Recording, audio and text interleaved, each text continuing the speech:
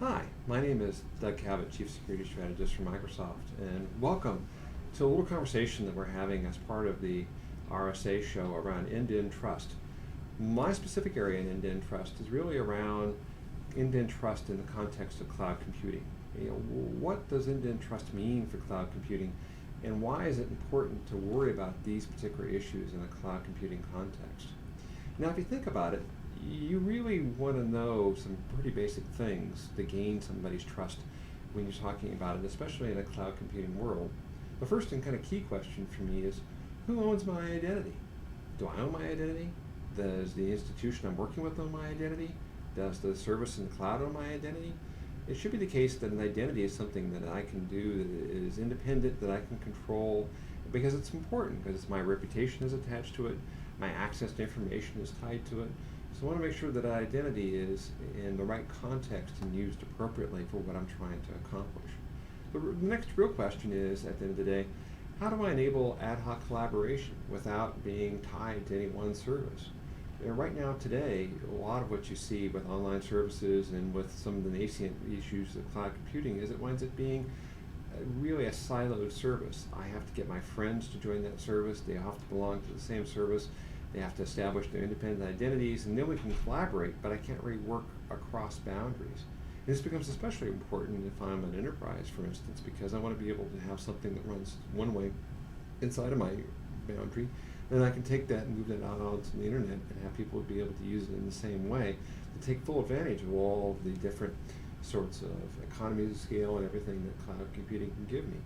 So we really need to be thinking about how do we make this federated, user-centric, and make it be able to work across all those different boundaries. How can I make my data available, but also protect it? I mean, I want to be able to share information, but the problem, what people have discovered, is that when they share information, that information never goes away. It can be repurposed in ways that we don't intend, it can be used inappropriately, and it can also be the case where it's just not plain right. It could be not factual, or it could be altered.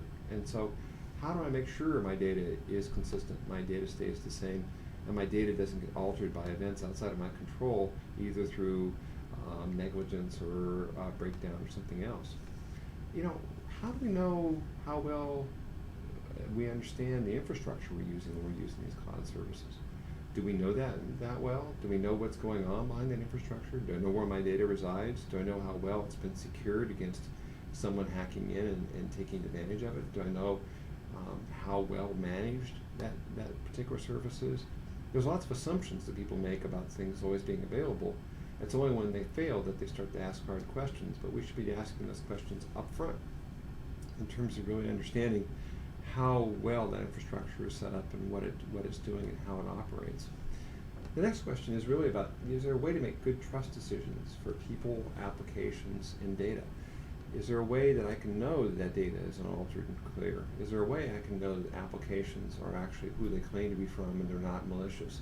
Is there a way that I can trust people so that I know they're not someone trying to commit a crime, they're not someone I don't trust, they're not someone who is someone I just don't know?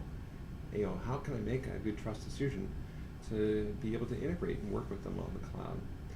And the next question is, can I move my applications, and those are applications that I develop internally or things that I use, is there a way I can move them seamlessly from my desktop to the cloud and back again?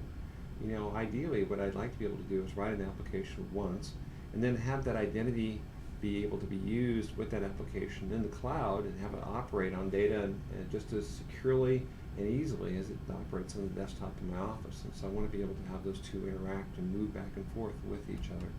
And finally, who do I call when things go wrong? I could call my cloud service provider, but the issue is that there are many more things that could go wrong than a cloud service provider may have control over. Where's my data being stored is a key question in cloud computing. Do you know where your data is being stored? Who has regulatory oversight over my information?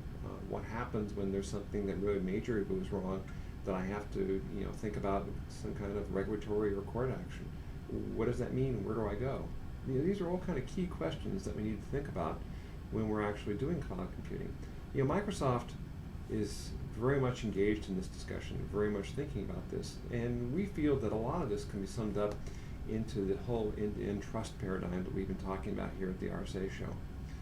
End-to-end trust is a holistic view of how we think that we should go out and try to think about solving this, but it's not the answer. It's the basis for a dialogue and a discussion. It really is starting to pull together all the elements that we can then start to work together and decide about what are the right economic forces to make it happen, what's the right societal context, and what's the right political regulatory context that this has to take place in. So really it's more about a framework to have a discussion and a requirement that we need to meet all these challenges rather than an actual technology that we need to go out and implement to make these all work. At the foundation, we really need to make sure we're doing the fundamentals well. We need to have a trusted stack. We can't just have pieces and parts. We have to have the whole trusted stack to be effective. And then finally, we have to have an identity meta system. We have to have the ability to be able to really truly know and be able to trust and assign a reputation, applications, data, machines, and people. Those are all important elements to be able to really understand. And then finally, we need to have a management and verification story so that we can really make sure that things are happening the way we think they should and to make good choices. So I'm going to take each one of these in turn and talk about them in a little more depth about that trusted stack and specifically how we think they relate back to those sorts of questions I asked earlier about cloud computing and what that means. The first issue is that you need to make sure you're built on a secure foundation. Microsoft has been a strong proponent of the security development lifecycle. There's others that are equivalent, but it's that process that's really important, as well as clear privacy standards for development. It's about engineering in defense in depth, and it's about really being cognizant and taking good care of around threat mitigation that make security and privacy possible in this kind of foundational way before you even start the right applications. But that all is in the context of risk and security management. Really having a deep understanding of risk, deep understanding of security, and being able to have the right processes, which is the most important piece, and then the tools that will result from that to be able to manage risk and security. It's very much about clear privacy standards, the fact that there's clear processes and clear standards for around privacy so that people know what's going to happen with their information, how it flows and what happens with it, as well as how the applications themselves are going to deal with and handle that information and how it flows through the system in part as well. And then finally, clear process transparency. That is the most critical element of all of this, is the fact that the processes are well understood, are well articulated, and it's very clear to people what's happening in terms of these fundamentals and how they're being applied, and that they can see and they can have a real sense that these are all elements of how that plays in and how it happens. So we take the secure foundation, doing risk and security management, having good privacy practices that we're having established as part of this, and then having that great process transparency that we can all make clear decisions around, and we fold that into the trusted stack. The trusted stack goes through hardware, software, data, and people. I want to focus in on the trusted software, data, and people first, because trusted hardware becomes kind of an abstraction in some ways when you start talking about cloud computing, although it's important that you're working from a trusted piece of hardware if you have data of high value that you're interacting with in the cloud. But let's just keep it to the cloud at the moment.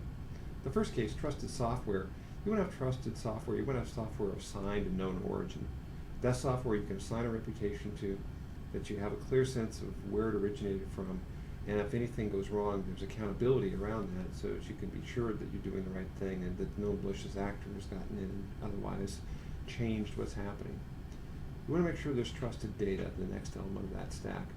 And trusted data is data that I know is unaltered, that I know that has been in a pristine way and I can have a clear sense of what's been done with it, that it has access controls so that only the right folks can read it, only the right folks can write to it, so that I make sure that it gets used in a way that I, as the data owner, feel is appropriate, that there's choice and consent, that any information I volunteer and from any information that's collected about me is I have a clear hand in how that gets used and where that gets used, as well as data I provide and do where that goes and how that feeds into that picture as well. And if there's clear privacy practices and standards that come with this to be able to let people understand exactly what's going to happen with that, and how it gets interacted with, and how that comes into play. And so all of this gets manifested through real transparency, but also interoperability. It can't be the case that there's lock-in on the data just because it belongs to one particular service or another. It has to be the case that there's very clear interoperability along with that transparency so that that trusted data layer can function in the way it needs to. On top of that, we need trusted people. And by trusted